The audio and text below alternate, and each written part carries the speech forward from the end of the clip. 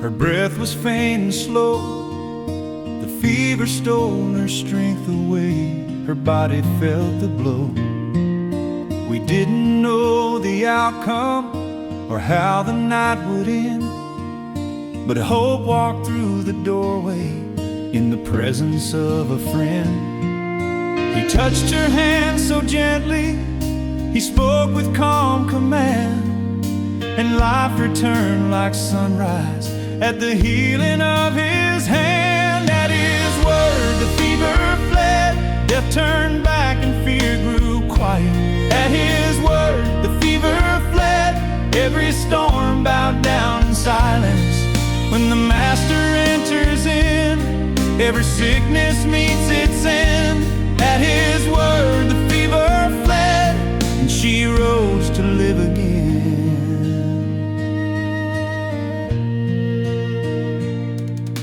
Her eyes regained their color, her strength began to rise. The room that once felt heavy filled with grateful cries. She stood and served and worshiped, her heart restored and free, a picture of the healing his presence guarantees. At his word the fever fled, death turned back and fear grew quiet. At his word the fever fled, every storm bowed down in silence. When the Master enters in, every sickness meets its end. At his word the fever again. He touches trembling hands, he still speaks and healing stands.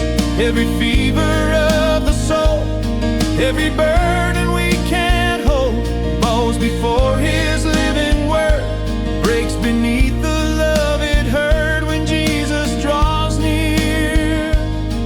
Every fear must disappear.